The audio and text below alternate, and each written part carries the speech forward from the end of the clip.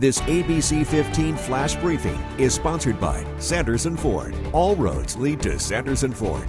Hi there, I'm Kaylee O'Kelly with your afternoon update from ABC15 Arizona on this Friday. The Valley and really the nation mourning a political icon today. Sandra Day O'Connor has died at the age of 93.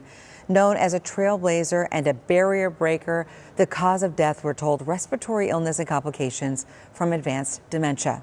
Her name, a strong one here in Arizona, the first female majority leader in the state Senate and Maricopa County Superior Court judge. Most importantly, the first female U.S. Supreme Court justice from 1981 to 2006. She was a critical swing vote on the court, making big impacts on abortion and affirmative action. Her legacy will also live on among students. ASU naming the law school after her back in 2006, the same year she retired from the high court. And reaction is coming in as we have shared this breaking and developing news about the death of Sandra Day O'Connor. Representative Greg Stanton saying her work will inspire future generations to follow her example to become engaged and thoughtful civic participants. Chief Justice John G. Roberts Jr. sharing this. We at the Supreme Court mourn the loss of a beloved colleague, a fiercely independent defender of the rule of law, and an eloquent advocate for civics education. Tempe police are investigating a fiery crash near Broadway and Rural. Officers are telling us that a car caught fire after crashing into a traffic signal there. The good news is that the people inside that car were able to get out safely with minor injuries. Cell phone plans advertised for as little as $10 a month, but are these options a great way to save or just too good to be true? Our ABC 15 Smart Shopper team taking your questions to the experts. They charge you a lot, we charge you a little. Budget phone plans seem to be popping up everywhere. Yada yada. I'm in an ad right now. Promising customers everything they would need for just a fraction of the price. With an unlimited plan for only $25 a month. So how does this work? Generally, they kind of rent excess wireless capacity from the big guys.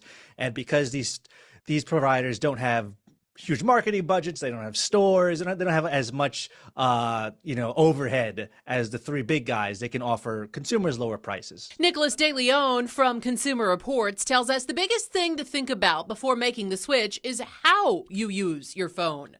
Are you someone who is streaming YouTube all day? Are you playing video games? Are you using these sort of like high bandwidth applications? That's one type of consumer. If you're the type of consumer who's, maybe you text your wife, maybe you make phone calls, maybe you check occasional email, you're not really doing much. That's sort of the other end of that spectrum. Because you could see an impact. A lot of these lower cost providers, while they do offer unlimited data plans, they do frequently reserve the right to, it's called throttle your data, where maybe they'll set like a limit. It's like, okay, you're allowed to download 20 gigabytes of high-speed data per month, but anything after that, we reserve the right to kind of slow you down. But if you think this could work for you and your lifestyle, you can always try it before you buy it. Some of these smaller providers do offer a way to kind of like test drive them, a free trial for a month or a couple weeks to kind of see if they fit into your life and whether or not they meet your needs. And that was our Katie Rammel reporting there. Also, make sure to read the fine print, she says.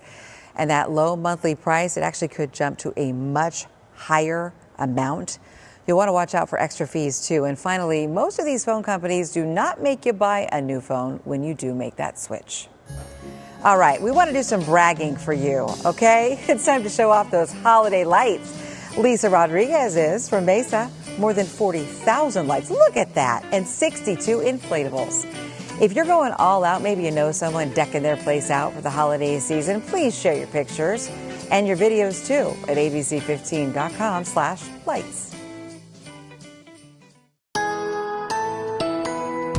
Time for that most accurate forecast. I'm meteorologist Iris Hermosillo, continuing to track our latest storm system that's going to keep some lingering showers in the valley, mainly through the morning. Then we're drying things out this afternoon. An additional 1/10 of an inch of rain is possible, but it's going to be really hit and miss showers through the morning hours. In the high country, that snow potential continues throughout the day. We could pick up an additional inch of snow in Flagstaff. They're going to be hit and miss snow showers along the rim through the afternoon and evening before we dry things out overnight tonight. Still some breezes in the forecast, but our wind gusts about 20 miles an hour in the Phoenix area. area today.